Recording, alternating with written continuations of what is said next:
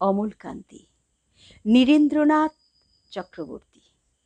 অমলকান্তি আমার বন্ধু। স্কুলে আমরা একসঙ্গে পড়তাম। রোজ দেরি করে আসতো, পড়া পারত না। শব্দরূপ জিজ্ঞেস করলে এমন অবাক হয়ে জানালার দিকে তাকিয়ে থাকতো, দেখে ভারী কষ্ট হতো আমাদের।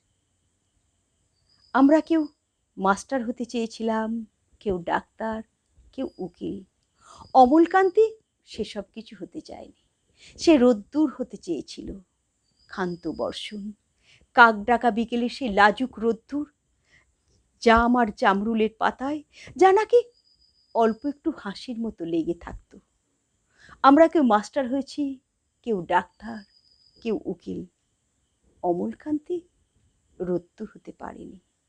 সে এখন অন্ধকার একটা ছাপাখানায় কাজ করে। মাঝে মাঝে আমার সঙ্গে দেখা করতে আসে, চা খায়, এটা ওটা গল্প করে, তারপর বলে, চলি তাহলে।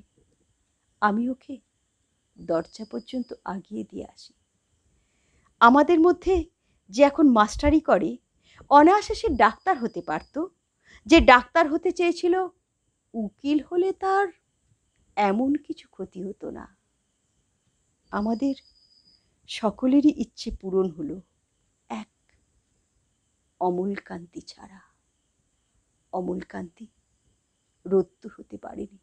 সেই অমলকান্তি যে কিনা একদিন রোদ্দুরের কথা ভাবতে ভাবতে, যে কিনা একদিন রোদ্দুর হয়ে যেতে চেয়েছিল।